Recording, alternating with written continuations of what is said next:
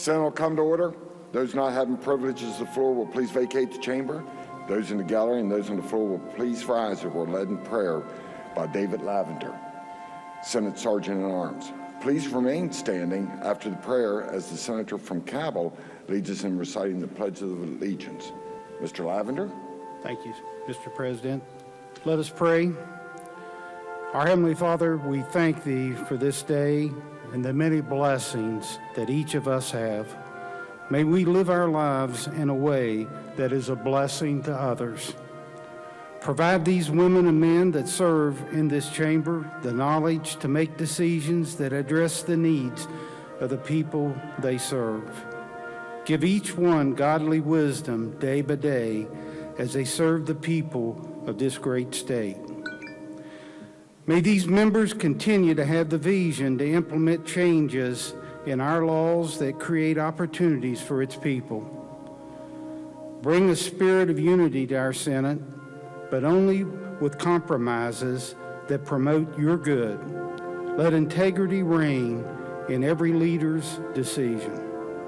Provide each of us a servant's heart and a caring spirit, one that is kind and thoughtful in all that we do. May your word become the truth and guide for all our decisions, and may these men and women look to you for the last word. Our prayer is in the name of our Savior, Jesus Christ, and amen. Amen. Thank you. Senior Senator from the 17th pledge, please. If the gallery and the Senate would join me in saying the Pledge of Allegiance. I pledge allegiance to the flag of the United States of America, and to the republic which stands, one nation under God, indivisible, with liberty and justice for all. Reading of the journal. West Virginia Legislature Senate Journal, January 18th, 2022. The Senate met at 11:01 a.m. Senator Blair, Mr. President, in the chair. Senator from Wetzel requests unanimous consent that further reading of the journal be dispensed with and the journal be approved. Is there objection? Chair hears none. Further reading of the journal is dispensed with and the journal is approved. Introduction to guest. On behalf of the Senate, it is my pleasure to welcome our honorary page for the day. Please stand and recognize as your name's called. As the guest of the junior senator from the 17th, Alexander Blaylock.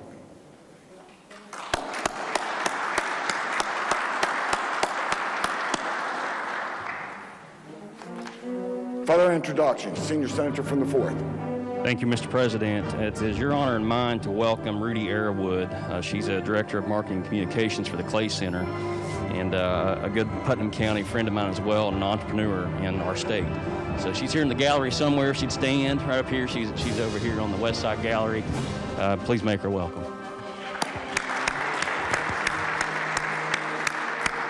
Junior senator from the 17th. Yes, thank you, Mr. President. Today we have with us in the rear gallery the chaperones and parent of our honorary page, Alex Blaylock. The parents are Matt and Jessica Blaylock, and if the members would join the senior senator from the 17th and myself welcoming them here today. Thank you.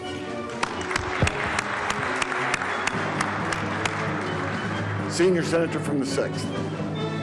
Thank you, Mr. President. Seated in the North Gallery, we have Lisa Strader. She is representing Visit Southern West Virginia, which incorporates 9 southern counties, and she is here for Tourism Day. And Lisa, if you will stand, and Senate, please make her welcome.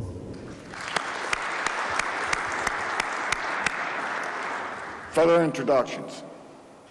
Senior senator from the 6th. Also seated in the North Gallery, we have Laura Bowman. She's from Jefferson County, and she is chair lady of the governor-appointed West Virginia Motorsports Committee. She works for Exetor, which owns Summit Point Motorsports Park. She's doing great things through her company, Exetor, and she's a true asset to the committee. And Senate, if you will, please join me and make Laura welcome. Senior senator from the 17th. Thank you, Mr. President. On behalf of the Senate, it is your honor now and mine to introduce our doc of the day. In the rear of the chamber, we have with us today Dr. Michael Amos. He's a family medicine resident from Marshall University. If you wouldn't mind standing, let the Senate give you a warm welcome.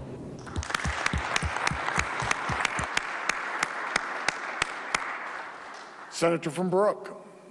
Thank you, Mr. President. As many of you know, today is Tourism Day, and I know we have a resolution on that later, and they're too numerous to name individually, but in all three galleries today, we have tourism professionals from all over the state who have joined us and to be part of the resolution and be part of this wonderful day that brings everybody together around the state. So if they could all stand and be welcomed by the Senate.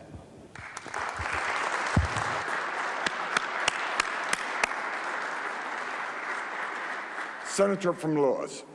Thank you, Mr. President. In the South Gallery today, visiting us, we have Robin Poling from Lewis County.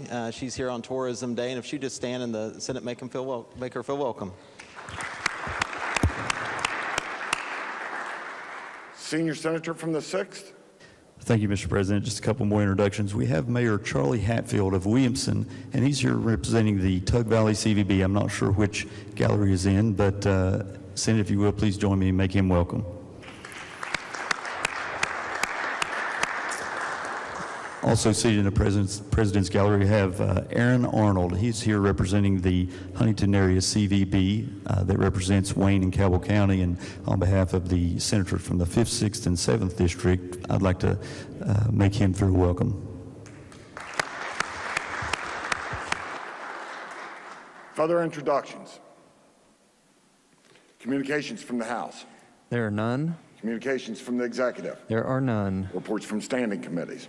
Your Committee on the Judiciary has had under consideration Senate Bill 35, adding grievance and appellate procedures for individuals participating in DMV safety and treatment program, and reports back a committee substitute for same, with the recommendation that the committee substitute do pass, but under the original double committee reference, first be referred to the Committee on Finance. Respectfully submitted, Ryan W. Weld, Vice Chair. The report be received, and under the original double committee reference, the bill will be referred to the Committee on Finance. Your Committee on Government Organization has had under consideration Senate Bill 44, requiring State Fire Commission proposed rules for sprinkler protection in basements of certain buildings, and reports back a committee substitute for same, with the recommendation that the committee substitute do pass. Respectfully submitted, Mark R. Maynard, Chair. Report will be received. Your Committee on Education has had under consideration Senate Bill 60, allowing Board of Education create and provide course in family and consumer sciences in secondary schools, and reports the same back with the recommendation that it do pass. Respectfully submitted, Roland A. Roberts, Vice Chair. Report be received. Your Committee on Transportation and Infrastructure has had under consideration Senate Bill 105, returning refundable exemption for road construction contractors to State Road Fund, and reports back a committee substitute for same, with the recommendation that the committee substitute do pass, but under the original double committee reference, first be referred to the Committee on Finance. Respectfully submitted, Charles H. Clements, Chair. Report be received, and under the original double committee reference, the bill will be reported to the Committee on Finance. Your Committee on Health and Human Resources has had under consideration Senate Bill 213, establishing licensed professional counseling compact, and Senate Bill 214, updating telepsychology compact, and reports the same back with the recommendation that they each do pass. Respectfully submitted, Michael J. Maroney, Chair. The report be received. Your Committee on Education has had under consideration Senate Bill 229, requiring impact statement in certain instances of school closing or consolidation, and reports back a committee substitute for same, with the recommendation that the committee substitute do pass, but under the original double committee reference, first be referred to the Committee on Finance. Respectfully submitted, Roland A. Roberts, Vice Chair. Report be received. Senior Senator from the 4th. Thank you, Mr. President. I request unanimous consent to dispense with the second reference to the Committee on Finance. The bill has no impact on the state's budget. Is there objection? Chair hears none. So ordered.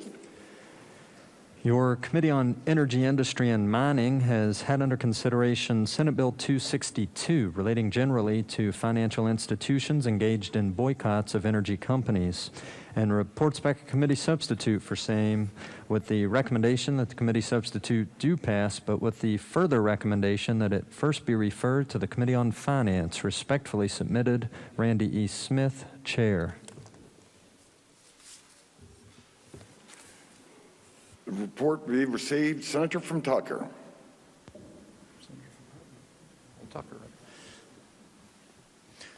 Thank you, Mr. President.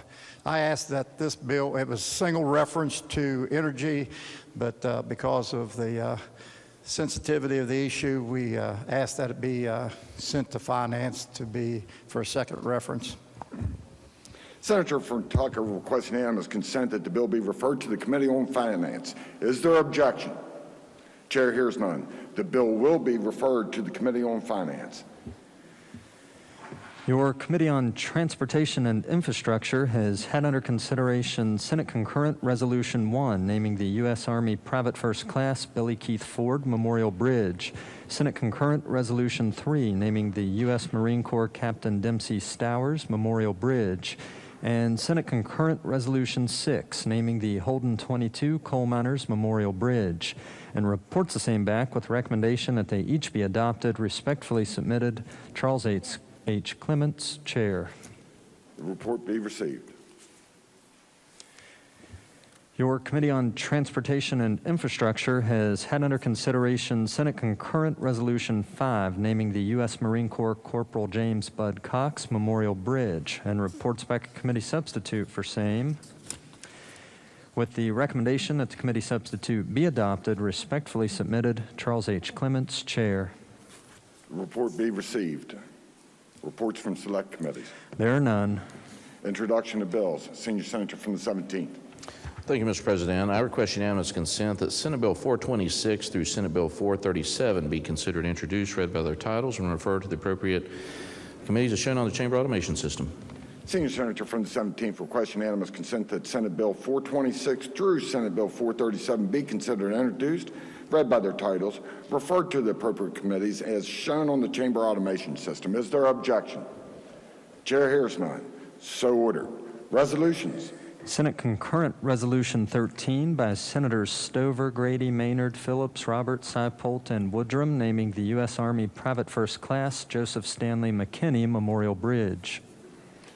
Under rules of the Senate, the resolution will lie over one day. Senate Concurrent Resolution 14 by Senator Takubo, naming the U.S. Army Staff Sergeant Elson M. Kuhn Memorial Bridge. Under the rules of the Senate, the resolution will lie over one day. Senate Concurrent Resolution 15 by Senator Takubo, naming the U.S. Army Private Shirley E. Bailey Memorial Bridge. Under the rules of the Senate, the resolution will lie over one day. Senate Resolution 11 by Senator Romano, recognizing contributions of aviation and aerospace in West Virginia. Under the rules of the Senate, the resolution will lie over one day. Motions. Petitions. There are none. Unfinished business. Senate Resolution 9, designating January 19th, 2022 as West Virginia Tourism Day. Senator from Brooke. President, request unanimous consent that the resolution be brought up for immediate consideration, committee reference be dispensed with, and the resolution be placed upon its adoption. Is there objection? Chair hears none. The clerk will read the resolution. Senate Resolution 9, designating January 19th, 2022 as West Virginia Tourism Day at the Legislature.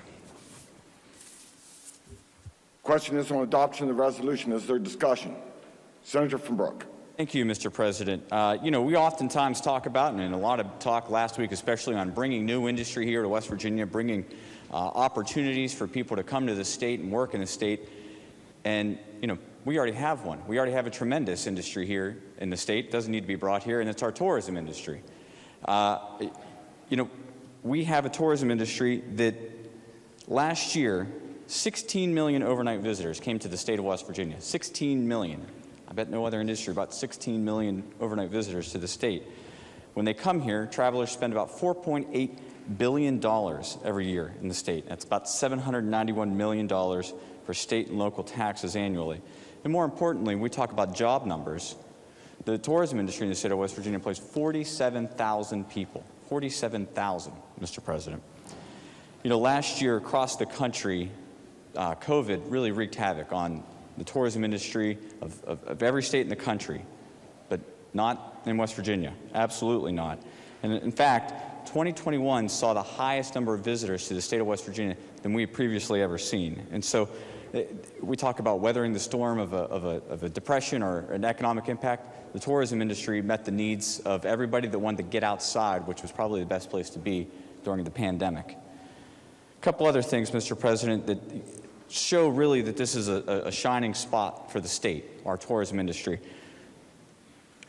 You know, there are trade organizations and publications that every year publish lists of where you should go, of where, if you're going to go on vacation, where you should travel. And West Virginia is on that list. Virtually every list. Condé Nast, best places to go. Lonely Planet, top travel region for 2022.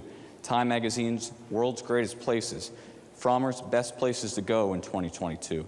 USA Today, top 10 family vacation destination. So West Virginia has truly made its mark and is getting recognition that we all know that it should have gotten a long time ago, but finally getting that recognition. So I want to thank everybody that works hard in the tourism industry to help bring these people to the state. I urge adoption of the resolution, encourage you all to support it. Thank you, Mr. President. Is there further discussion? Senator will be these for one moment.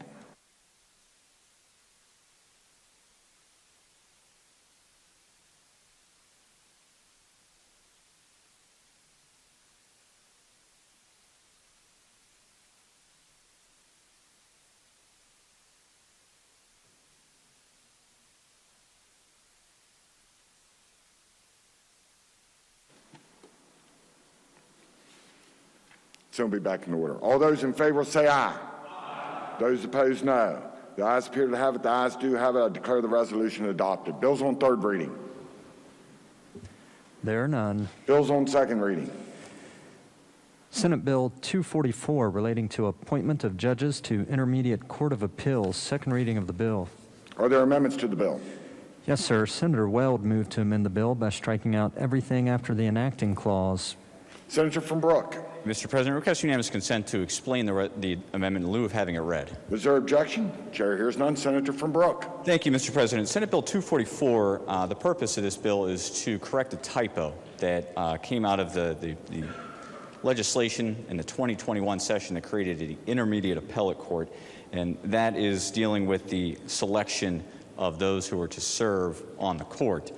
And so what we have before us is an amendment to 244 is essentially technical in nature because it contains the same amendments that are in the introduced bill that we have, but it conforms the rest of the language of that section, which is 5111.6, as amended by Senate Bill 3030, which we previously took up, so that the amendments in that bill, 3030, will not be undone by the passage of Senate Bill 244. I'm happy to answer any questions. I urge adoption of the amendment.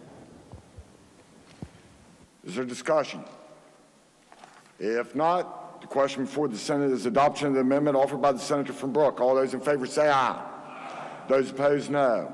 The ayes appear to have it. The ayes do have it. I declare the amendment adopted. Are there further amendments to the bill? No, sir. The bill being engrossed in advance to third reading. Are the bills on first reading? Senate Bill 253 relating to voting precincts and redistricting. First reading of the bill. Bill be advanced. Introduction of guest. Remarks by members. Miscellaneous business. Senior Senator from the 17th. Thank you, Mr. President. First, I'd request unanimous consent that the remarks regarding the resolution on tourism by our Senator from Brook be placed in the appendix of the journal. Is there objection? Chair hears none. So ordered. Thank you, Mr. President. Secondly, I'd like to ask unanimous consent that a leave of absence be granted to our senators, the senior senator from the 8th, senator from Harrison, senior senator from the 5th, senator from Marshall, and senator from Wood. Is there objection? Chair hears none. So ordered. Thank you, Mr. President. Subject to announcements, I move the Senate stand adjourned until tomorrow at 11 a.m., and I do have an announcement. Proceed. Thank you, Mr. President. I would also just like to announcement or Information that we did pass a resolution yesterday that would allow members that were affected by COVID to vote by proxy. It's the same rule we had in place last year. So last year the majority party typically would proxy me, and the minority party would proxy minority leader. Also, you can fully remote participate in committee meetings. I just want to make that aware again to the members. Thank you. Senior Senator from the 4th. Thank you, Mr. President. Your Committee on Finance will meet today at 3 p.m. in room 451M. We have budget hearings for the PSC, consumer advocacy, and lottery. And also, your Committee on Finance will meet tomorrow morning at 9:30 a.m. in room 451M on Thursday, January 20th. Thanks. Further announcements. Senator from Brook. Thank you, Mr. President. Your Committee on the Judiciary will be meeting today in room 208 West at 3 p.m. We're going to be taking up the miscellaneous rules bundle, so pack a lunch. Thank you, Mr. President. Further announcements. Senator from Mercer. Thank you, Mr. President. Your Committee on Economic Development will meet today at 1 p.m. 208 West. The agenda has been posted. Further announcements. Junior Senator from the 17th. Yes, thank you, Mr. President. Your Pension Committee shall meet today at 2 p.m. up in the Senate Finance Room, and the agenda has been posted. Further announcements. If not, the question before the Senate is the Senate stand adjourned until 11 a.m. tomorrow. All those in favor will say aye. Those opposed, no. The ayes appear to have it. The ayes do have it. I declare the Senate adjourned.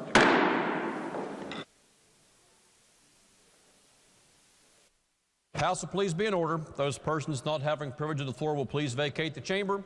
Members and guests in the galleries will please rise this morning as we are led in prayer by the gentleman from the 25th District, Delegate Painter. If you'd please bow our heads. Dearest Lord, thank you for bringing us together safely today. Lord, thank you for loving us so much you sent your only Son to die for us. Lord, we humbly ask your guidance to govern the people of West Virginia fairly, justly, and in a way that will glorify you.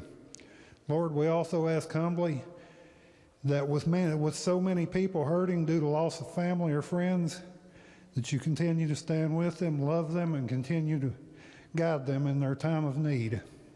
Lord, we humbly ask your blessings for this body, and we also ask that you please heal our land.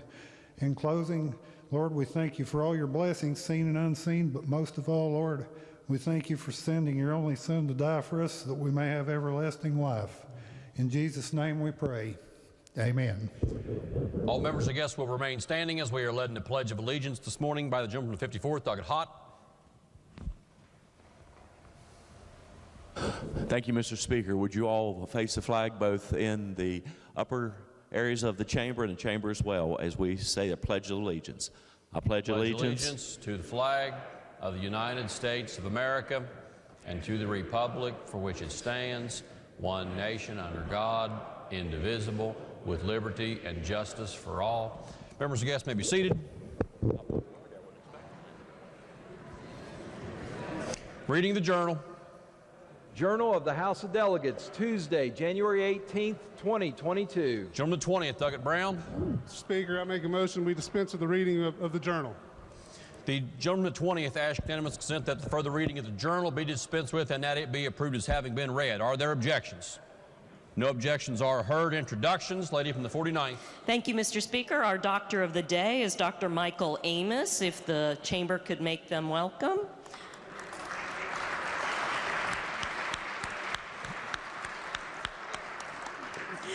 Also, today is West Virginia Tourism Day, and this is big business for West Virginia, bringing in more than 16 million overnight visitors. The industry has a substantial direct impact on state and local economies.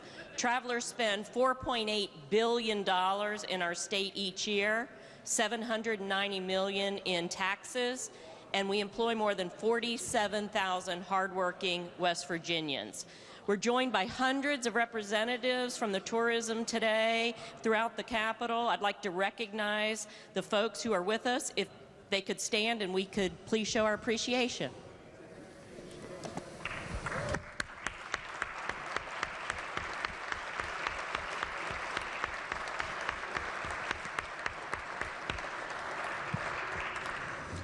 Lady with 32nd, Delegate Kessinger.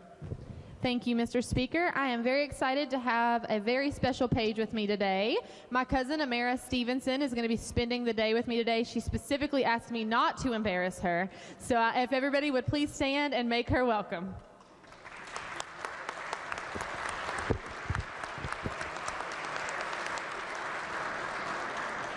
Gentleman of the 56th District, Delegate Howe. Thank you, Mr. Speaker. Visiting today from Mineral County, we have County Commissioner Dr. Richard Licklider. He is in the North Gallery. If he'd stand, everybody make him welcome.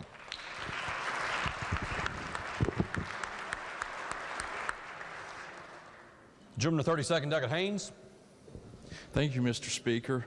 On behalf of Delegates Kessinger, Fast, and myself, we have Becky Sullivan joining us in the North Gallery. She is the director of the New River Gorge CVB.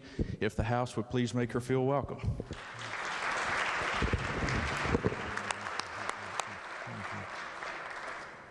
Gentleman of the 48th, Delegate Riley. Thank you, Mr. Speaker. Today is a page. I have Mr. Frederick Powers from Hurricane High School. If the House would please make him welcome, I'd appreciate it.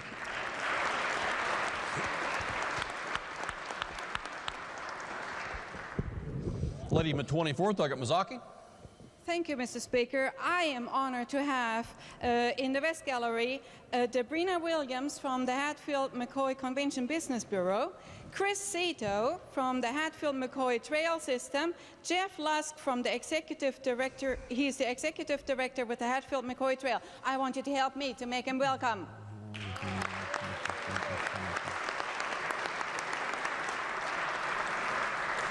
I have a second set, and I am so excited to have Michael Gibson, who is a Logan County business owner, and William Hanna as a Logan County constituent. Thank you for being here.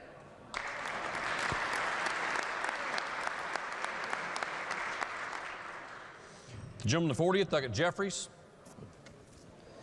Thank you, Mr. Speaker. Today I have a special guest. I would like you to feel welcome my son Landon. Today is serving as a page. He is a sophomore from Elk Valley Christian School.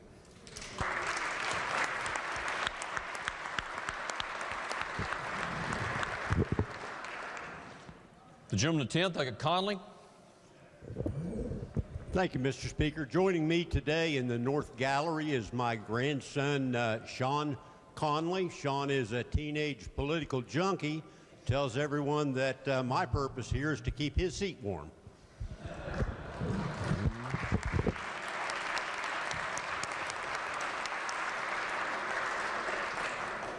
Lady in the 49th. Thank you, Mr. Speaker. I'd like to reintroduce the Doctor of the Day because they are now with us. Michael Amos is here today. If you guys could please make him welcome.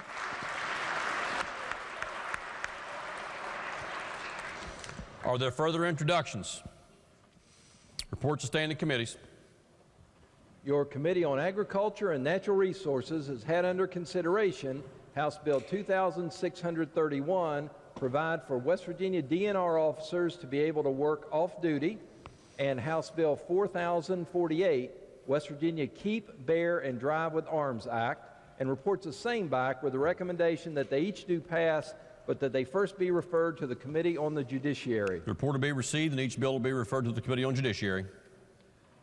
Your Committee on Agriculture and Natural Resources has had under consideration House Bill 2775, relating to the beginning and expiration of hunting and fishing licenses, and reports the same back with amendment with the recommendation that it do pass as amended, but that it first be referred to the Committee on the Judiciary. The report will be received and the bill will be referred to the Committee on Judiciary.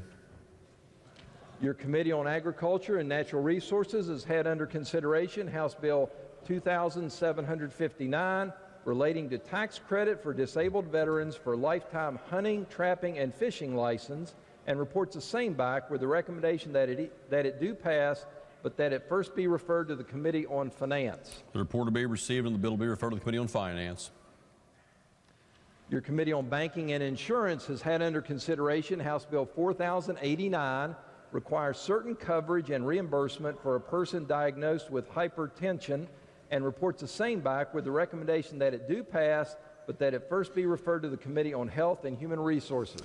The report will be received and the bill will be referred to the Committee on Health and Human Resources.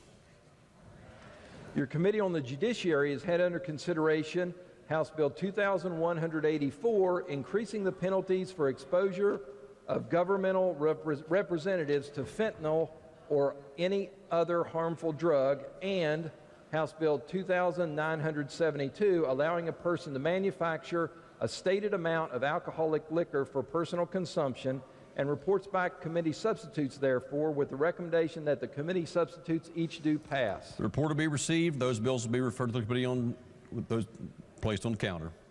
Next report. Your Committee on the Judiciary has had under consideration House Bill 3303, relating to clarifying the process for filling vacancies on ballots, and reports the same back with the recommendation that it do pass. That report will be received. Your Committee on Health and Human Resources has had under consideration House Bill 4111, relating to the prescriptive authority of advanced practice registered nurses, and reports the same back with amendment with the recommendation that it do pass as amended, but that it first be referred to the Committee on the Judiciary. The report will be received and that bill will be referred to the Committee on Judiciary. Are there further reports of standing committees, reports of select committees, executive messages, Senate messages, resolutions? House Resolution 7, urging the United States Congress to increase sustainable forest harvesting on public lands in the state of West Virginia, and more specifically, the Monongahela National Forest. Item the 49th. Petitions. Where are we going? Ag and Natural Resources, and then rules. All right, we'll refer House Resolution 7 to the Committee on Agriculture and Natural Resources and the Committee on Rules. Petitions, motions, bills introduced. House Bill 4253, relating to school building authority. Item the 49th. Thank you, Mr. Speaker. I ask unanimous consent that the further reading of bills introduced be dispensed with, and that each bill be considered as formally introduced and referred to the appropriate committees as indicated on the delegate console system. The lady from the 49th asks unanimous consent that the further reading of bills introduced be dispensed with, and that each bill be considered as having been formally introduced and referred to the appropriate committees as shown on the delegate console system. Are there objections? There are no objections. Unfinished business. Bills on third reading. Committee substitute for House Bill 4059, clarifying that new Department of Health and Human Resources Deputy Commissioners are exempt from civil service. Gentleman from the 17th, I got Rohrbach to explain the bill. Thank you, Mr. Speaker, and good morning, ladies and gentlemen. House Bill 4059 clarifies the position of Deputy Commissioner within the DHHR is considered a policy-making provision and is therefore exempt from civil service. Currently, the position of Deputy Commissioner if it's created by statute, then the position is exempt from civil service. This bill would similarly treat the position of Deputy Commissioner, whether the position is created by statute or by Commissioner, the position would be exempt from civil service. That's a summary of the bill, Mr. Speaker. I urge passage. The question before the House is, shall the bill pass? Is there debate on the bill? The gentleman in the 36th District, Douglas Rose, recognized. Thank you, Mr. Speaker. A question of the gentleman, if he would. Yes. How many individuals are now deputy commissioners? We have that. There are 26 deputy positions within the DHHR, 21 of which are currently filled, 5 of which are vacant. All 21 of the current positions are civil service, so this would only affect newly hired deputy commissioners. Okay, so there are many more than I imagined as deputy commissioners. It's because the agency is so large? That would be correct. And we've hired folks in, 21 some have come in with civil service protection. That's correct. And what the bill would do is to only apply to newly hired, and it uses that terminology, newly hired deputies. The delegate is correct.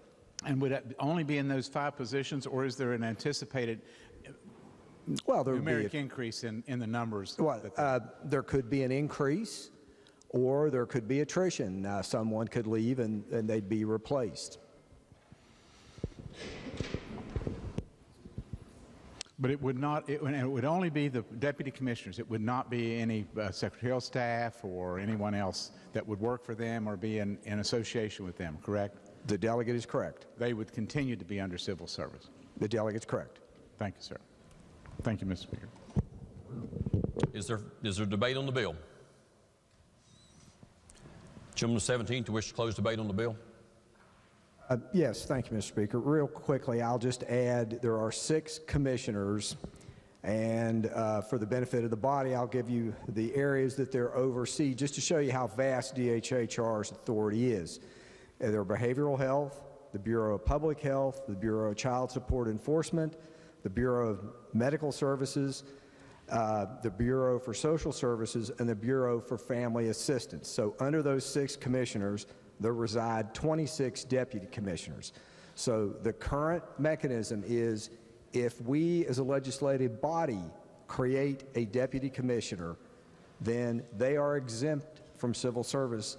So all we're doing in this legislation is syncing up that the deputy commissioners going forward, since these are policy-making positions, going forward, they will not have civil service. Just the same as, but the 21 that are there currently are exempt from any changes. That's the bill. Thank you, Mr. Speaker. For what purpose is late 51st seek recognition? Question of the chair. Yes. Thank you. Would the gentleman continue to yield? Does the gentleman yield for a question? Yes. Thank you. I was just thinking about this. As a general rule, I think if you have a policy-making person that you're going to be working with, it makes sense that it should be somebody that you trust and that you could rely on. But what's going to happen, I guess what I'm thinking about are people, if we expand on this, I guess nobody's going to lose their job under this proposed bill, right? Because it's only replacement. The delegate be correct. Okay, but what we stand to lose are people that have been longtime employees with a lot of institutional knowledge about, say, foster care system, things like that. If we go farther than this in the future, and those people maybe, would they have any rights? If we go beyond this, would those people have any rights to transfer to a different position under state law? Well, to the gentlelady, I think the only reason they would leave is if they wanted to leave. I don't think there's anything in this bill that dissolves any positions. Right, I understand that, but there are bills that have been introduced that would abolish civil service altogether, and wouldn't surprise me if this is like the first step, that we would expand this to all the deputies in DHHR. And I'm just wondering if a person in that position that's worked their way up through the years, do they have any rights to transfer to other state jobs? I don't know the answer to that question. Well, I'm not necessarily expecting you to. To the gentlelady, the bill that is in front of us, House Bill 4059, makes no changes in the civil service rights of the current deputy commissioners. I understand that. Thank you, Mr. Chair. Thank you, Mr. Speaker. Question before the House, gentleman 36, Doug Rowe. Thank you, Mr. Speaker. I just want to rise and speak to the bill. I think I have problems with eliminating civil service for all of this entire level of deputy commissioner. And you say, well, why? Well, because then they become political, subject to the political whims of whomever may be their employer. And as we replace it, the bill itself is very innocuous because it really just affects 3 or 4 people maybe, new hires, and it's not going to be a complete new turnover. But just go down the road 10 years and realize that the head of every single DHHR bureau is not going to be civil service, is going to be subject to the hire and fire decisions of the executive. And I think that that DHHR, we want it to be a professional agency. I think it is a professional agency. I think we're really changing the nature of decision making in the department. It's my understanding that these folks are real decision makers. And you say, well, if they're policy makers, wouldn't they be exempt from civil service anyway? Well, but for how many years have we determined that they should be on civil service? And why is it that now we're going to change that? I think this is a very, very fundamental and perhaps dangerous change in the way that we hire and fire these bureau heads. The mid-level management of DHHR is generally the decision-making group. They're the ones who carry forward the policy that's made by at the political level. And I think that we are really going into new territory here. So I would urge the members to vote against this bill. All right, is there further debate on the bill? All right, if not, the question before the House is, shall the bill pass? Those in favor of passage of the bill will vote aye. Those opposed will vote no. The clerk will prepare the machine.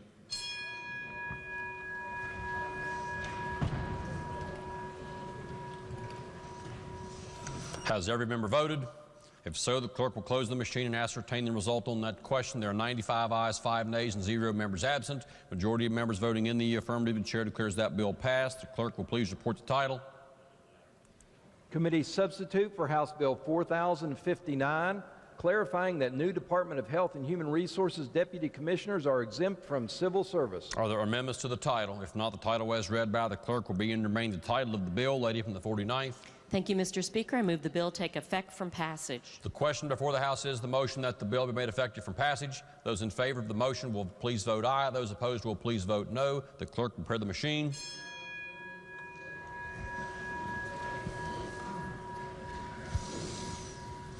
So every member voted. If so, the clerk will close the machine and ascertain the result on that question. There were 95 ayes, 5 nays, and 0 members absent. 2/3 of members voting in the affirmative. The chair declares that bill effective from passage. The clerk will please communicate the action of the House to the Senate. Next bill on third reading. House Bill 4060, repealing outdated sections of code relating to health. Gentleman from the 17th, Delegate Rohrbach, to explain the bill. Thank you, Mr. Speaker. Good morning again, ladies and gentlemen. House Bill 4060 seeks to repeal several outdated sections of our health code. It seeks to repeal 3 coalitions: the Coalition for Responsible Pain Management, the Coalition for Diabetes Management, and the Coalition for Chronic Pain and Palliative Care. The coalitions have fulfilled the responsibilities given them, and their existence has statutorily expired. That's a summary of the bill, and I urge passage. The question before the House is, shall the bill pass? Is there debate on the bill? If not, those in favor of passage will please vote aye. Those opposed will please vote no. The clerk will prepare the machine.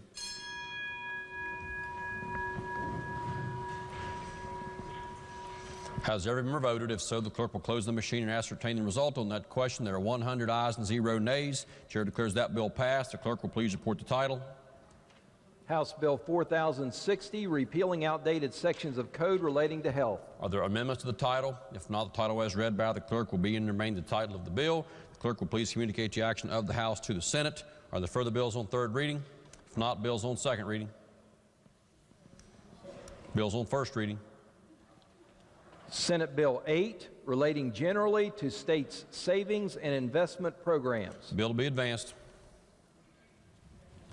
Committee substitute for House Bill 4067 to make certain agency reports electronic or eliminating certain agency reports altogether. The bill to be advanced. Are there further bills on first reading?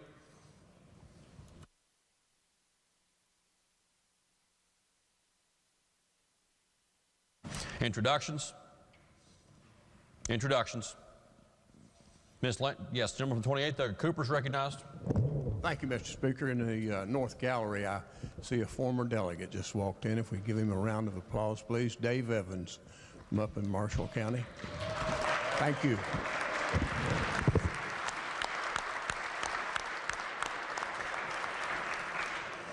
Miscellaneous business.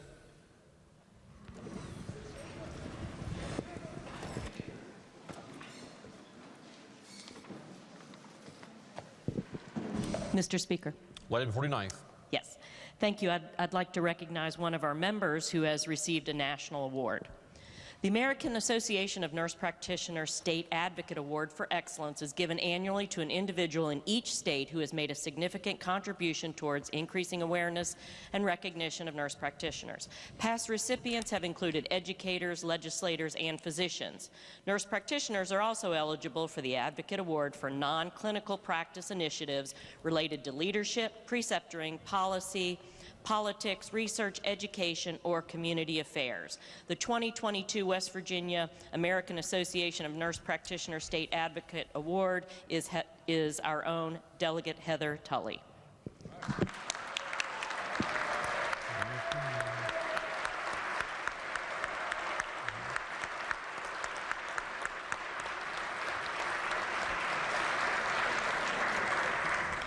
Remarks by members. Lady from the 41st, Delegate Tully. Permission to speak to the body. Ladies recognized. And I'd like to thank you for that warm applause and the acknowledgement, Majority Leader Summers. Being a nurse practitioner is a wonderful thing. I do enjoy taking care of patients, but most people know where my true passion lies. I was an ICU nurse for about 13 to 14 years before I ever became a practitioner, and my passion lies at the bedside taking care of patients. As you know, we have a nurse retention issue in West Virginia. It's not a secret. It was pre-existing prior to the pandemic, and we still continue to have the problem. Bedside nurses deserve consideration and respect. Majority Leader Summers and I have a bill that is pending introduction. It's called the Patient Safety and Transparency Act, and I would hope that all of my colleagues would consider supporting this bill because this goes a long way to support those bedside nurses that eventually go on to become practitioners. So thank you very much for your consideration, and I appreciate working with each and every one of you. Thank you. Further remarks by members? If not, Lady from the 49th. Thank you, Mr. Speaker. I move subject to announcements the House adjourn until 11 a.m. Thursday, January 20th. Are there announcements? Gentleman from the 10th. Thank you, Mr. Speaker. Your Committee on Finance will continue their budget presentations today at 3 o'clock. The Department of Tourism, since it's Tourism Day, that's quite nice. And at 4 o'clock, the Supreme Court will be in hand. Also, tomorrow morning at 9 a.m., we will have Homeland Security. Thank you, Mr. Speaker. Gentleman, 32nd, Doug Fast. Thank you, Mr. Speaker. Your Committee on Judiciary will meet today at 3 p.m. in the Judiciary Committee meeting room. The agenda has been posted. Gentleman, 51st, Doug Statler. Thank you, Mr. Speaker. Your Committee on Education will meet today at 3 p.m. in the Education Committee room. The agenda is posted. The committee will also meet tomorrow, Thursday, January the 20th, at 3 p.m. in the Education Committee room for a budget presentation from HEPC and CTCS. We will have a brief caucus with the Democrats of the committee at 2:30 and Republicans at 2:45 in the chairman's office. Thank you, Mr. Speaker. Gentleman 15th, Doug Foster. Thank you, Mr. Speaker. The Committee on Government Organization will meet today at 3 p.m. in the House chamber. The agenda is posted. Republicans will caucus at 2:50 in the chairman's office. 2:50 in the chairman's office. The gentleman of the 10th, Doug Kelly. Thank you, Mr. Speaker. Your Committee on Energy and Manufacturing will meet tomorrow, Thursday, January 20th at 1 p.m. in the Judiciary Conference Room. The agenda will be posted. Republican members will caucus in the chairman's office at 12:30 tomorrow afternoon. Thank you. The gentleman of the 7th, Doug Barnhart. Thank you, Mr. Speaker. Your Committee on Workforce Development will meet today at 1 p.m. in the House chamber, and the agenda has been posted. The gentleman of the 16th, Doug Mant. Thank you, Mr. Speaker. Your Committee on Small Business, Economic Development, and Entrepreneurship will not meet today. Again, will not meet today. Thank you. The gentleman of 36th, Doug Barrick. Thank you, Mr. Speaker. Yes, I'm back. We've got some more inclement weather coming in. I just want to give you all a quick heads up. I know you love to see me stand up and talk about stuff like this. We've got some rain coming in this afternoon, which is going to be nice. It'll melt off some of the snow, but about midnight, It's going to change over to snow. We could pick up about 3 inches, and that's important because it should be over by about 7 in the morning, so we'll have a chance to clean off the roads, but any moisture on the roads is going to be icy. So please, when you're coming in here, fortunately we're all in town for this, but when you're coming, especially if you're up on a hill, if you're coming on down in here in the morning, please allow for a little extra time. Be very careful. We're going to have, again, a very icy, treacherous roads, and then we're in for some real cold weather all through the rest of the week, but I won't get into that. Anyway, I just want you all to be careful. I want you to be safe. And Mr. Speaker, back to you. Delegate Fluharty for the football scores. I mean, how can I top all that? West Virginia AFL-CIO will have a labor caucus today, immediately following floor session in Gov.org, and lunch will be provided. Thank you. Gentleman 10th, Delegate Chris. Yes, sir. Thank you. I was informed that I did not give the location for the budget hearings. They will be in the committee conference room. Thank you. Do we have further announcements at this time? If not, the question before the House is the motion that the House stand adjourned at 11 a.m. tomorrow. Those in favor will please say aye. Those opposed will please say no. The ayes have it. The motion is adopted. The House is adjourned at 11 a.m. tomorrow. Hello, everyone. It's Wednesday, January the 19th. Again, before I go any further, I surely want to, take time to thank everyone for all the well wishes, all the prayers, and everything. I remind everybody over and over that the first 2 or 3 days, couple days with this were not very good. I mean, that's just all there is to it. When you get a blazing headache and blood pressure way up and heart rate way up and temperature way up and a lot of congestion and a little bit of a cough and everything, all of a sudden, and you're surely over 65 and carrying some extra weight and everything else, you got a lot to think about, and a lot to think about, that's not very good stuff. Now, as far as taking every precaution, surely done that, and I'd surely been fully vaccinated and boosted and all that, and but yet, voila, you've got it. And so with that, like I said, the first couple of days were not very good. We got the antibodies, and I didn't see any immediate reaction to the antibodies. Like, you get the antibodies in a few hours, you're just feeling much better. I did not have, have that feeling at all.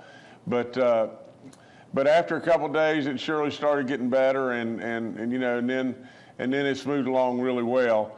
I'm tickled to death to be back with you, and more than anything, I appreciate your prayers. I will never forget them, and I appreciate all the well wishes, and thank you again. We've lost another 41 West Virginians, and it's terrible beyond belief. That's just all there is to it. We've now lost 5,576 people.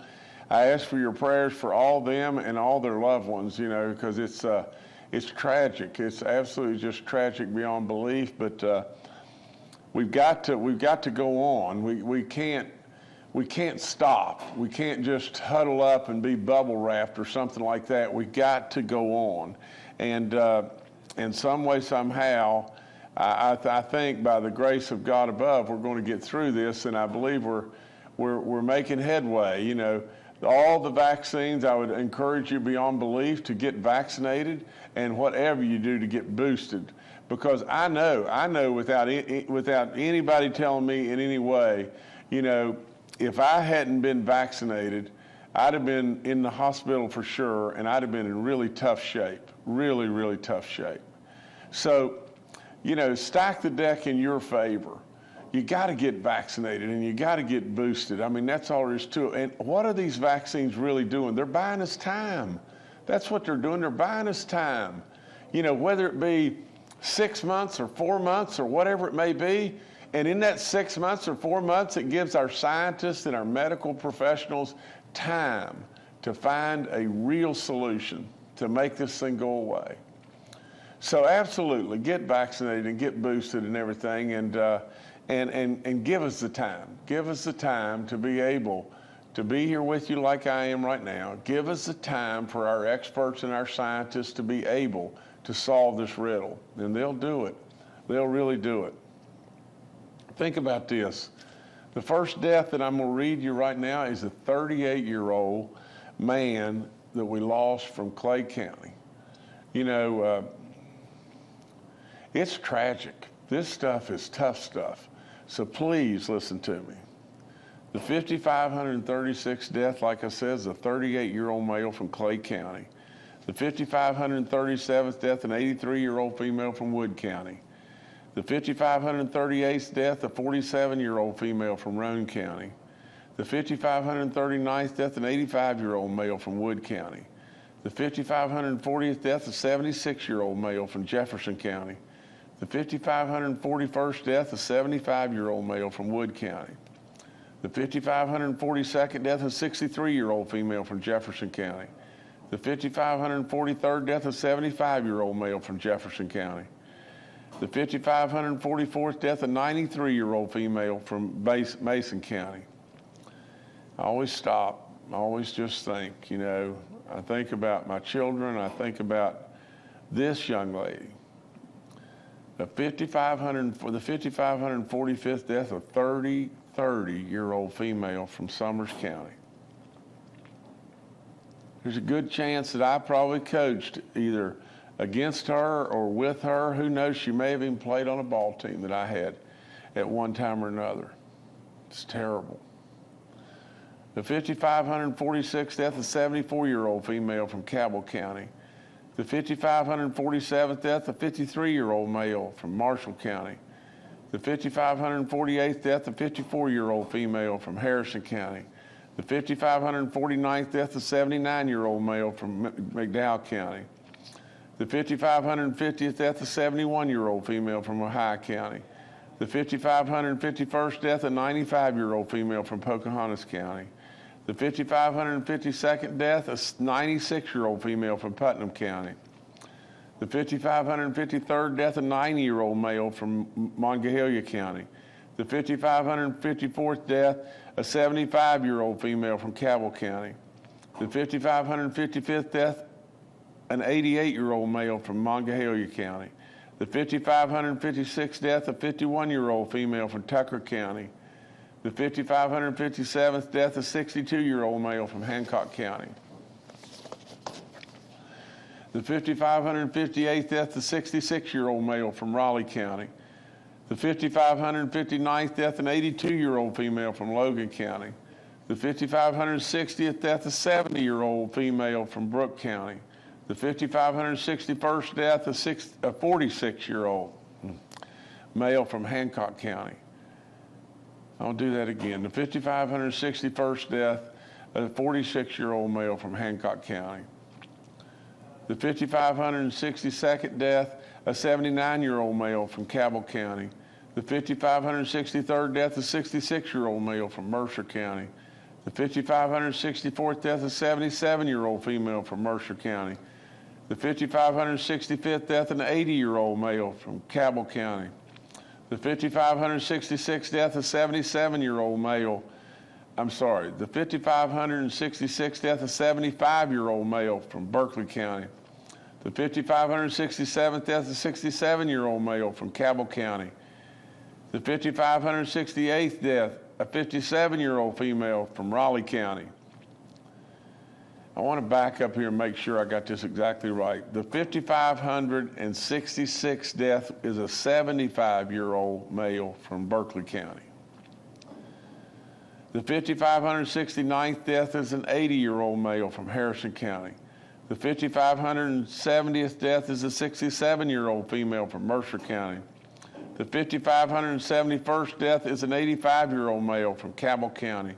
The 5,572nd death, a 94-year-old female from Cabell County. The 5,573rd death, a 90-year-old male from Berkeley County. The 5,574th death, a 64-year-old female from Raleigh County. The 5,575th death, an 86-year-old female from Berkeley County. The 5,576th death, a 78-year-old female from Jefferson County.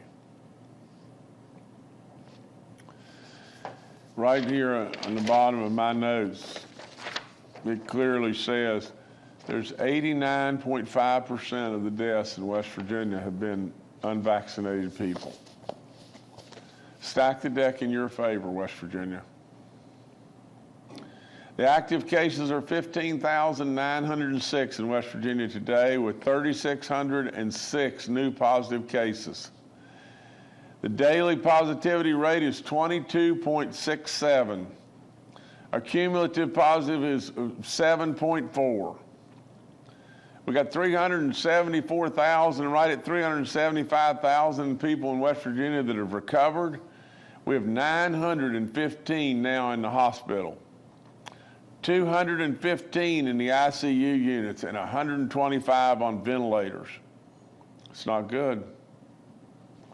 Not good. The Omicron numbers, you know, are still growing, and I would probably, you know, I would tell you from the standpoint of everything that I know, all the sequencing, everything that's been done on what I had was Omicron. School numbers, there's 27 outbreaks in 16 counties. The DHHR is going to give you a bunch of map updates. I'm sure Secretary Crouch is going to give you that, or our team is going to give you that in a few moments.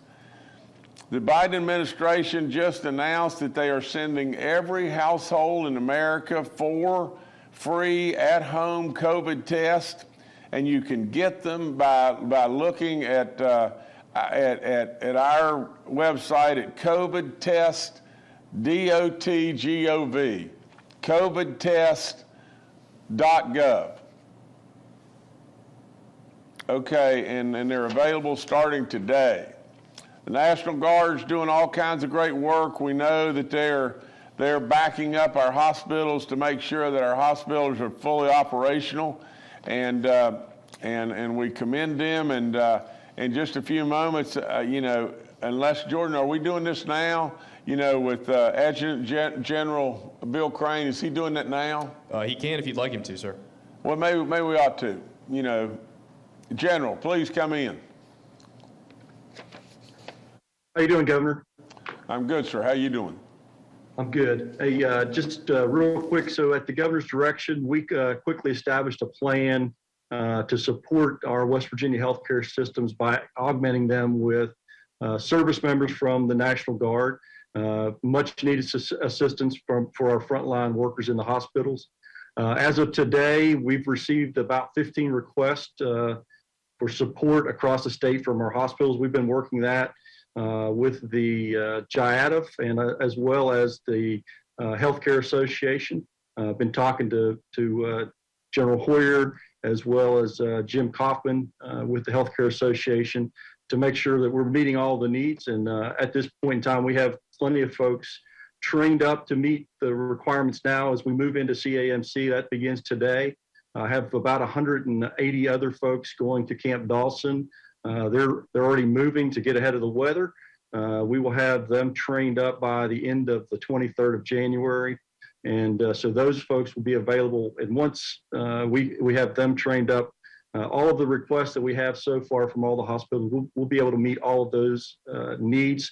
And again, at the Governor's direction, we will continue to work to train additional folks, getting up to the 350 service members trained up for this mission. As we continue to do additional missions as well, such as delivering of vaccinations and personal protective equipment, testing, vaccinations, and supporting our local health departments.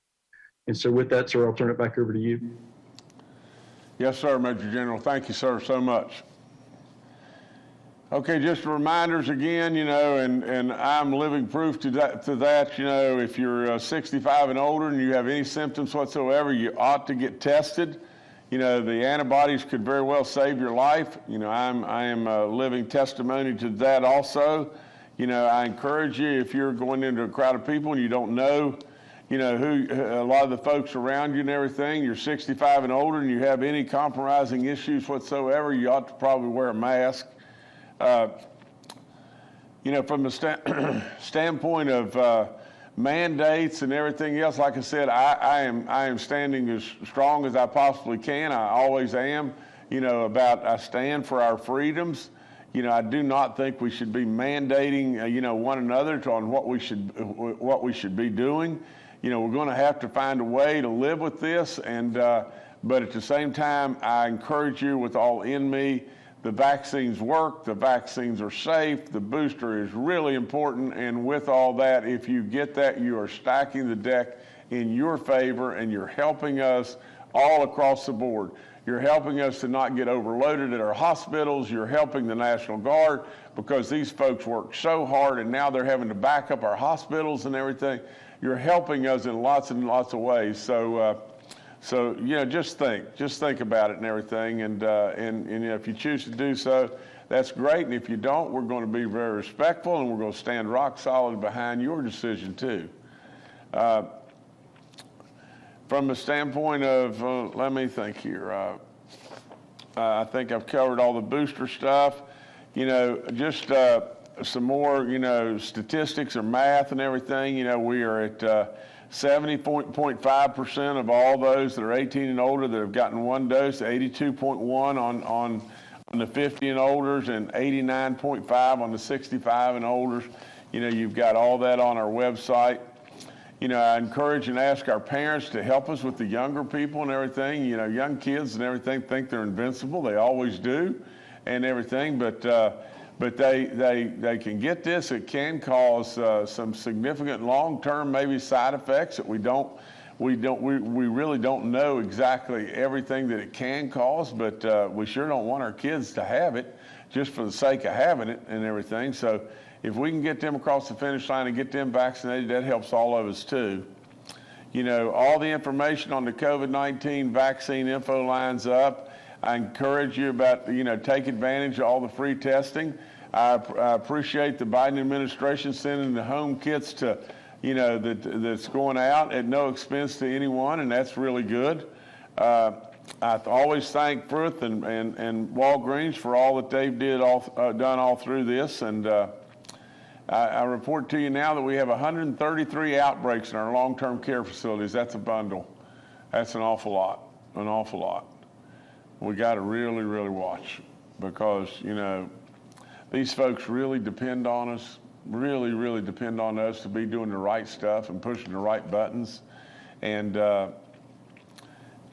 know just how at risk they are. And so as they depend on us, we got to really do all we can to protect them. We have 2 outbreaks in our church communities in 2 counties. That's Webster and Kanawha County. With 310 inmates now, it's jumped way, way up, hasn't it? 167 staff cases. We have to protect those folks as well. They depend on us too. From the standpoint of getting your flu shot, I highly recommend you do that. You can do it at the same time you're getting your COVID shots. I tell everybody over and over about if you're a renter or your landlord and everything, you got to call us. I mean, we've got these dollars and everything. We can send dollars your way and everything. If we can get you qualified, it's just more dollars that we put right into our system, and the multiplier effect of those dollars helps us. I encourage everybody about giving blood. Really, really, really important. Now, today is Tourism Day in West Virginia, and I'm going to delay my last announcement to the last one, and I'll tell you in just a second, but today is Tourism Day. Now, think about this. When I walked in the door, I said over and over, we got to diversify. There's no question. We can't just depend wholeheartedly on coal and gas and oil. We can't just do that wholeheartedly. We have diversified. We've diversified in lots and lots of different directions. One of them that is really significant is tourism. I said right off the get-go, that any frog that's not proud of his own pond is not much of a frog. Really, if you just think about it, just think about that just a second. And when it really boils right down to it, if we're not really, really proud to show ourselves off in West Virginia, then we're not much of a frog. Because absolutely, with all in us, we have the most beautiful state and the greatest people on the planet. So we started down a path. We started with a little young lady and everything that had a lot of energy and was just fired up out of her mind. Chelsea Ruby. Today she's Secretary Ruby. And absolutely the job that she's done is unflat believable. On both floors of the Capitol right now, all over the Capitol, there's all kinds of people showing their wares and showing, you know, all the great stuff about tourism, because today is Tourism Day here at the Capitol. Just think about these numbers just real fast. $611 million, over $500 million we have grown in traveler spending in West Virginia, you know, since we walked in the door. Think about that. 14.8% increase over and over. Every travel guide is saying West Virginia is the place that people want to come to. West Virginia is the best destination. West Virginia, can you imagine? All we did is we absolutely put our money where our mouth is. We absolutely put funds in it, and we started promoting us. We knew how good we were, but then we started telling the world how good we were. And before you know it, they saw the beauty too. It doesn't take long. It's really contagious. And so with all that, I congratulate all the folks under Secretary Ruby and all the folks that are involved in tourism all across the state in every way. I thank them beyond belief. We are absolutely just knocking it out of the park with tourism beyond anybody's imagination. And you know what? There's tons more to do. There's tons more that can come. Right now, in all honesty, we are just getting the parsley around the outsides of the plate. The meat and potatoes are still there, and it is astronomical, the potential growth that we can have in West Virginia in this great, great industry. So I congratulate all of you and everything, and thanks so much. Now, my last announcement. And this was tough in a bunch of ways, because this is just how much I think of this man. Steve McDaniel is retiring from his position as the head of the DNR. Now, you talk about a man that is absolutely, that we have just bingoed off one another like crazy. You know, of course, you know I love the outdoors, and I love nature beyond belief, and I love our waters and our mountains and everything, and I have experienced that over and over and over. Now, Steve McDaniel shares in the same love that I share. And Steve McDaniel came into this position and everything, not a bureaucrat. Steve McDaniel came into this position wanting to really do something. And what he's done at the DNR will absolutely, we will remember for decades, if not centuries to come.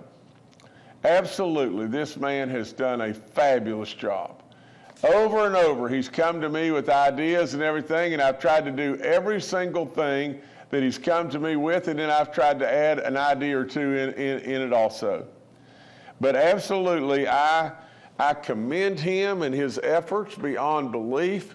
I'm going to miss him from the standpoint of, you know, heading up the DNR, but he has agreed. He has agreed to stay on in a different type of capacity as an advisor. And absolutely, we will use his wisdom for as long as he wants to stay. He has been a superstar beyond all comprehension. We have spent $151 million on our state parks, on upgrades to our state parks, and now you can't hardly get into the state park. It is unflat believable to just think. Now think about this. We have also added 85,896 acres to the state, you know, to the state war chest, from the standpoint of making those acres available to our hunters, our fishermen, absolutely all those that are enjoying the outdoors. It is unbelievable. We changed how we stock trout. We just didn't roll up in one spot, throw all the fish in one hole, and not to say we just did that, but now we stock trout differently. So people can enjoy those trout and come and know they have a chance of catching fish and enjoy our streams. You know, in addition to that, we even stock trout now on Saturdays. We have added so many different streams. We just added the Guyandotte River. you know, and the Guyandotte is a beautiful, beautiful river, you know, with cooler waters and a trout habitat like crazy right now.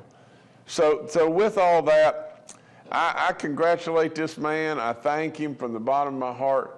He came along in 2017, and we'll miss him in that capacity, but we'll celebrate the fact that he'll be here and be an advisor and be helping us and still be a part of our team. So Steve, you know, great job, great job. I know you want to spend more time with your family, and it's very deserved. So enjoy your family and don't run off too far. And again, I thank you from the very, very bottom of my heart in every way.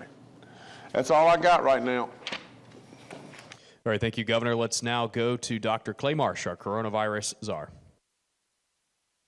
Good afternoon, and support and re-emphasis of what the governor has said to us. We know that West Virginia now is a state, like most other states in our country, where the Omicron variant of COVID-19 is the dominant one. And if we look at yesterday from a statistics standpoint, the U.S. reported 1.12 million cases of COVID-19, and that is over a third of the world's reported cases yesterday, which was a bit over 3 million. We had almost 3,000 deaths recorded yesterday related to COVID-19, more than a third of all the world deaths. A modeling project at Penn State University that works closely with the White House has estimated at the current rate of vaccinations and boost, we can anticipate seeing somewhere between 60,000 and 300,000 new deaths in the United States. And we just passed 850,000 deaths in our country. So we have an opportunity here to double down, as the governor would say, pull the rope in the same direction, run to the fire, and make sure that we are getting vaccinated and boosted appropriately. That includes younger children. We know that there are more people in American hospitals today than ever before in the pandemic, as well as more children in American hospitals today than any other time in the pandemic. We know in a recent study that came out in the New England Journal of Medicine that if you were unvaccinated and a child, that accounted in a survey of 21 states' hospitalization records for children that 98% of the kids that end up in the hospital are unvaccinated. And this is now looking at teenagers, 12 to 18-year-olds. And also of those children hospitalized, 40% were in the ICU and 29% were on a ventilator. And if we look across the world, in Israel, say, for instance, then everybody who needed the highest level of life support, the ECMO device, the bedside cardiopulmonary bypass, everybody in their country who is on an ECMO machine is unvaccinated. So we know that, you know, despite some of the narrative being that Omicron is less severe, it infects a lot more people. Remember, our greatest number of cases in a single day, 303,000 before Omicron. Now we've averaged about 800,000 cases a day per day for the last week. So this is a different level of infectiousness, and that's the reason why it's so important to be vaccinated. Now, some people might say, well, if Omicron can infect people who've been vaccinated previously, what's the big deal? Why should we get vaccinated? And it is really important to understand that the benefit of vaccination for COVID-19, as well as for most every other infectious disease, including influenza, is not only to try to reduce the spread, but it's most importantly to reduce the severity of the symptoms. And what we're really worried about is the loss of lives in our most vulnerable population who may become infected with COVID-19 from others, which is why as many people that can be vaccinated, including eligible children, it becomes really critical to protect them and to protect our most vulnerable. But also that if you get COVID-19, the relative reduction in risk of hospitalization is about 31 times less for our older part of our population. So really important to do that. And the monoclonal antibodies are not a substitute for vaccination. Well, neither are the pills, neither are other therapies that we have. They're an ancillary. They work with the vaccinations to try to give even more protection, like the governor receiving the monoclonal antibodies. But we know that the COVID pandemic is not over in our country yet. The case numbers are soaring high. The hospitalizations are soaring. Our hospitalizations are up to 915 West Virginians in hospital beds, and we are likely going to see a continued increase over the next several weeks, and the deaths will follow as another lagging part of this process. So the time is now to get vaccinated, to get boosted, to protect yourself, to upgrade to a good mask. The federal government is going to make N95 level masks available to Americans. They plan to ship out 450 million of those. And just, I think on the 19th, is starting the ability to go through the Postal Service and order a free at-home test from the federal government. So many tools are available, but we really, really encourage people to take advantage of those tools, get fully vaccinated, get boosted, protect yourself, protect West Virginia. And that's the way we best make it through this pandemic without more loss of life and without surge on our precious hospital capacity and healthcare capacity that we have now. Thank you. Thank you, Doctor. Next, we'll go to Dr. Ainam Jadar, State Health Officer. Good afternoon. I just want to remind everyone, Clay and the governor mentioned about the at-home test that can be ordered from the federal government. If you get an at-home test and you're not going out and getting tested, there are ways to keep yourself safe from COVID-19. Those tests are accurate and we use them for assisting patients. But if you test at home and you're COVID positive, we do ask that you go ahead and self-isolate. Contact any close contacts that you've had, and that would be anyone 2 days prior to any symptoms or 2 days prior to you testing yourself. But there are more information on our dashboard as well for that. But just to keep that in mind, that if you do find that out at home, to go ahead and take care of yourself and contact your doctor as needed. Thanks, Jordan. All right, thank you, Doctor. And finally, we'll go to Secretary Bill Crouch with the DHHR. Good afternoon, everyone. As the governor mentioned, the map is back up on the dashboard. During the time that the map was down, we've consulted with stakeholders. Our folks have worked hard to try to develop something that's meaningful for the folks in the community and the state. This is a result of changes that CDC has made in terms of active cases. But we've reviewed information from CDC and we looked at what other states are doing and we've tried to follow those guidelines as closely as possible. All counties are now on a 7-day average. That's probably the biggest change you will see on the map. We've adjusted our thresholds to align with CDC, but we've kept our gold color. So we have an additional level that CDC does not have. As with the previous map, individuals who are recovered, residing in nursing homes, state or federal prisons, and universities or college isolation dorms continue to be excluded from the map. These individuals are not,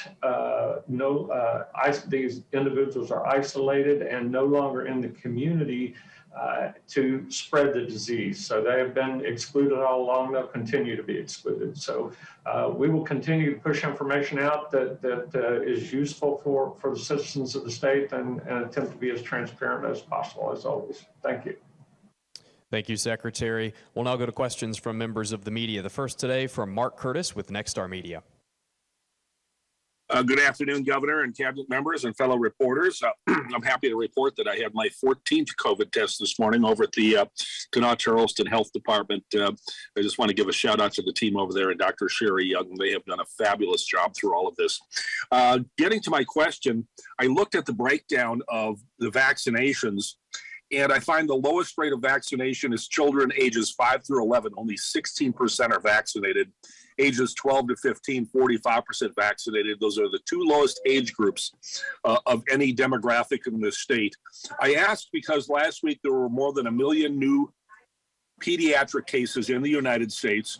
I'm wondering what the numbers are looking like here in West Virginia with pediatric cases, and what do we do to turn the situation around? So I'd like to hear from the governor and both Doctors Marsh and Amjad. Well, Mark, first of all, you got about 6 more tests to go until you get my number and everything, because I think on the 20th is when this nailed me, but I hope and pray it doesn't get you. But anyway, and I thank you for your friendship. But Mark, I think the people that are better qualified to answer this question are, Dr. Marsh and General Hoyer. But I would say just this. We have pivoted so many different times. We went out with Baby Dog and really pivoted and went to our schools and we did a lot of work there. And I felt like that we really made some headway there. At the same time, we were having a crisis with the fact that our seniors weren't getting their booster shots. And so we pivoted back toward our seniors and everything. We still got some additional work to do there and everything to get to our senior centers and give them those awards and everything. But Mark, we continue to just move as quickly as we possibly can.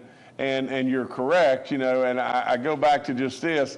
A lot of folks are probably sitting on the sidelines, with their younger kids thinking this thing's going to pass or it's not going to be too bad or whatever it may be. And it doesn't really affect our kids in a really negative way.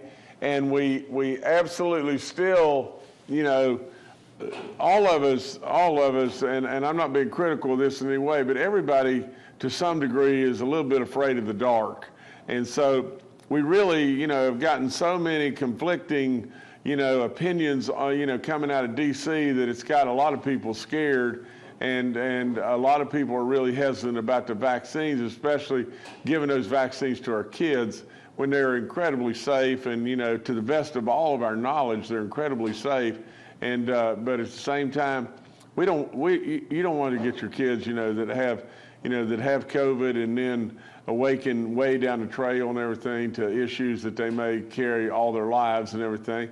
But on the other hand, I understand the concern, and so maybe and I've just seen this general, is not available. But if nevertheless, if Dr. Marsh could follow up on what I'm saying and maybe give it a whole lot more clarity.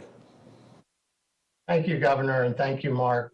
So we know that one of the differences in the Omicron variant versus any other form of COVID-19 is it seems to have a potential to be a more severe infection in non-vaccinated children. And what's important about this, as you said, is we see our lowest vaccination rates in the youngest part of our population.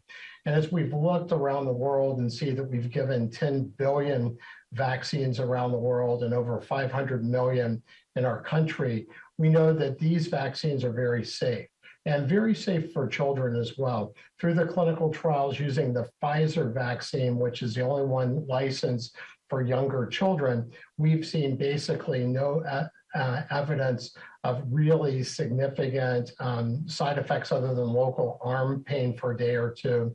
And this is so important because vaccinated children are very much also protected against severe consequences of COVID-19. And as we look at the age ranges that we need to really double down, it's in that 5 to 12-year-old age range where we do have vaccines available. And the vaccine manufacturers are working very hard on a 6-month to 5-year-old vaccine.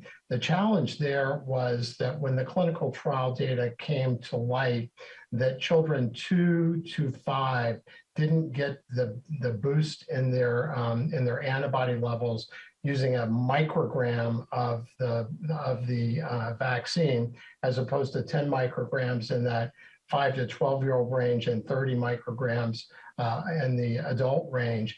And so as we look at that, the Pfizer company working with the FDA has given an additional dose to see if that doesn't help. But as I understand it, the 6-month-old to 2-year-old group actually got a good boost from that 1 microgram dose.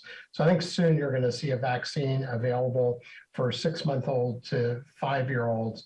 But in the meantime, really important to protect younger children and really important to get the whole family vaccinated, because that's the way that you can protect everybody in the family, is having people's vaccines up to date. And when people are eligible to be boosted, 5 months now after their first series, and that's now available for 12 and over, that we really want to see them get boosted because of that loss of vaccine potency that we see after the 6-month time frame.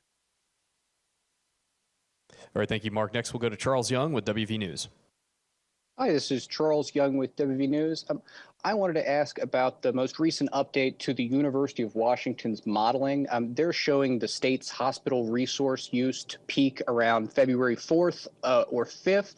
I was wondering if that is consistent with what we're seeing and predicting, and if that peak hospital resource, does that represent the peak of this Omicron wave? After that, the hospital resource are expected to exponentially go down. Thank you. Dr. Marsh, I think you've got the answer, please. Thank you, Governor. Thank you, Charles. Charles, we know all of these modeling predictions are merely that, and they're certainly, foiable to changes as we go forward. We do think that the Omicron spread, as far as new cases, will likely start to peak and plateau over the next, we believe, 5 to 14 days. And as we see the peak of the cases and that plateau, and the plateau, like we saw with Delta, will be a bit sharper, we think, because Omicron is generally more up and down, but that represents the spread to more rural parts of our state. So we have multiple curves underneath that plateau, we think. But when the plateau starts, we know that it still is 5 to 14 days after that we can see an increase in hospitalizations, and a week to maybe 2 to 3 weeks after that as we see an increase in deaths. So while the virus spread will start to crest first, the cases will crest second, the hospitalizations and the deaths are the last things to peak. So whether it's early February or not, we're certainly watching that. We're watching our RT value that's already starting to plateau some. And so we think that as we get more people measured with the virus, we will continue to hopefully see that start to plateau and come down first. But as the governor said at the beginning of the press conference today, our percent positive rate, I think yesterday, was over 22%, amazingly high. So we still see that Omicron is spreading in West Virginia, and we will watch, as well as everybody else does, to try to see where that peak goes. But we know that the more that we can reduce that peak and make it distributed over a longer period of time, which is how people taking good care of themselves, being vaccinated, wearing a mask, being careful right now, it will help reduce that surge on our hospital capacity, which is one of the things that we're the most worried about right now. All right, thank you, Charles. Next, we'll go to Kenny Bass with WCHS and Fox 11. Hi, this is Kenny Bass with Channel 8 and Fox 11. Thanks for taking the question. I want to expand on what General Hoyer said Monday when he quoted the former, I believe it was the Surgeon General, who talked about while the Omicron variant has been seen by many as less potent than Delta, there's much more of it. So when you have, say, more opponents shooting at you with lesser weapons, you still have a better chance of dying. At 1.3, I think, times chance is what he said. USA Today and other people are reporting that we're seeing expected deaths in the U.S. to increase because of the Omicron variant. And I wonder if Dr. Marsh has taken a look at West Virginia and if there is a corresponding increase that's predicted here, that because of Omicron's vast spread and its infectious rate, if you think our death rate will go up correspondingly to match what they believe the national death rate will be doing. Thank you. Dr. Marsh. Kenny, thank you much. Yeah, thank you, Governor. Thank you, Kenny. So, Kenny, we are very worried about the surge to hospitals and then deaths that might follow that. And as we know that the sort of the order of things is the reproductive score of the virus, which should crest first, the number of new cases, which should crest second, the hospitalizations, which should crest third, the severity of the illness, including ICU events, which should crest next, and finally deaths, which should be the last thing to go up and down. And we certainly are very worried about the still really significant numbers of West Virginians who are eligible for vaccination who have not been vaccinated, and of those that have been vaccinated who have not been boosted, because the more current your immune response and function is, the more you're protected against the most severe consequences of this illness, including hospitalization, ICU admission, ventilator use, and death. So we do anticipate, as we see cases going up and see hospitalizations going up, so will the severity of some of these people's hospital stay, and we will see more deaths follow. The question is how many, and that is going to be determined by, one, how we help everybody decide to be vaccinated and or boosted if eligible. And number two, how careful people are about wearing a high quality face mask and doing the other things to try to reduce their exposure to people with COVID-19 in indoor environments. And remember, in South Africa, about 40% of the people with the Omicron variant were relatively asymptomatic. And from data from the NBA, it looks like that the Omicron variant, while starting to reduce its spread at 5 days, still is potentially spreadable up to day 7 to 10. So it is also important that if you do have an infection, please wear your mask when you're around other people and try to encourage them to wear a mask, a high quality N95, KN95 mask to protect all of us in West Virginia during this really critical phase of the Omicron surge. All right, thank you, Kenny. Next, we'll go to Paul Mullin with WCBC. Good afternoon, Governor. Good afternoon, everyone. Governor, are you wearing an N95 mask? And if anyone is there that can address how many N95 masks that the state of West Virginia has in the stockpile, and if there has been a increase in demand for it since the recommendation of the CDC was upgraded here a couple days ago, according to Dr. Amjad. Thank you.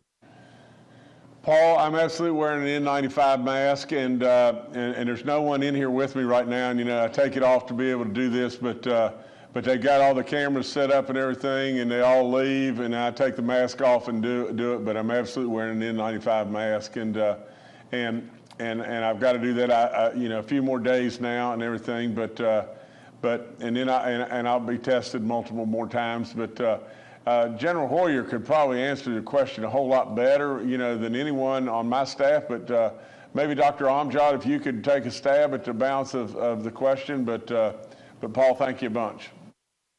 Yes, Governor. Paul, we normally keep like a 6-month supply of N95s, gowns, gloves, things like that. And I believe, and I'll have to double check the number, last time we checked, we had at least over 400,000 N95 masks. And then also the National Guard in Doview has been working on developing their own masks, the West Virginia masks that can also serve high quality use as well, but we can confirm those numbers and get those back to you. Major General Crane, maybe do you have any information on that if you'd like to add anything? Hey sir, the update I have is that we are continuing to make the West Virginia mask. We're waiting on the steel die to come in for that, and that way we can manufacture, as you directed us to do, to continue to make masks and have those available for use throughout the state of West Virginia. And we can always continue to look at our stockpiles down at the warehouse and work with DHHR to ensure that we do maintain those stockpiles. All right, thank you, Paul. Governor, I'll turn it back to you. Well, first of all, is Charles still with us? I mean, can you check and see if Charles is still with us? I believe he is. Okay, all right, Charles, I'm only teasing here and everything, but you know, I'm envious in a lot of ways and everything. You started off growing this beard and everything, and it was smaller, and if I were, you know, the reason I'm envious, if I were to start down that path, the first thing that's going to come out is going to be white, and you know, then I'm going to look like Poppin' Fresh or something like that, to tell you the truth, But with all that being said, you know, Charles, your beard grew and grew, and it got bigger and bigger and bigger and more impressive and more impressive. I said, oh my God, if he lets this thing continue to grow, he's liable to turn into Cousin It. But nevertheless, you know, Charles, I can see that you've gone the other way, and all I could think about in looking at you and that your red beard, it looks really great and everything, and I think about Chuck Norris. So maybe you're the second coming of Chuck Norris now and everything. But nevertheless, Charles, I love you to death, and I tease with you, and I welcome you to tease with me too. And the only other thing I would add is Dr. Marsh. You know, I always listen to everything everybody's saying, and you know, Dr. Marsh absolutely just said just a few minutes ago that from the standpoint of our children, from the standpoint of the children, you almost see no negative side effects other than maybe a little bit of a sore arm by taking the vaccines. From the standpoint of our children today, we know we've got a bunch of kids that are in the hospital today. You know, from the standpoint of our children, here is the best expert that we can possibly have, the coronavirus czar, that is telling all of our parents, getting our kids vaccinated has a very, very minimal side effect. But absolutely having them not vaccinated, if they were to get this, it could be not great stuff. And I'm not trying to scare anybody at all. I'm just reporting exactly what the coronavirus czar, the person that is the smartest and most knowledgeable of anything to do with this virus, the guy that I called right off the get-go, you know, when I was in a tough spot, you know, the guy that I called right in the beginning, without any question that I have real confidence in, you know, he tells us he can't see where there's many adverse side effects from getting our kids vaccinated other than an occasional sore arm. But you can see, you know, bad things happen if our kids aren't vaccinated. He encouraged families to be completely vaccinated to protect themselves. I think we should listen. I think we should absolutely listen to the guy that we have put in the most important position in this virus, in this pandemic of anyone. Now, only other thing I'd leave you with is just this. We got a bunch of snow. And in West Virginia, it's wintertime, and we should enjoy that snow. And I want to report one of our buddies that is really enjoying the snow, and that's Baby Dog. You know, in fact, she's learned a new trick, and because she'll lay and roll over and do everything in the world in the snow and loves it teetotally to death. And now she's gotten to where she likes to go through a drift and completely go invisible and come out the other side. But now her new trick that she has really begun to really enjoy, because she loves cool or someone rubbing her belly, but she'll get up on the hill in the backyard and run, and for her running is not terribly fast, I give you that, but she'll run, and then absolutely she'll just lay herself out just like that to where her belly's on the ground, and down through the snow she goes to where she completely goes under the snow, and out she comes on the other side.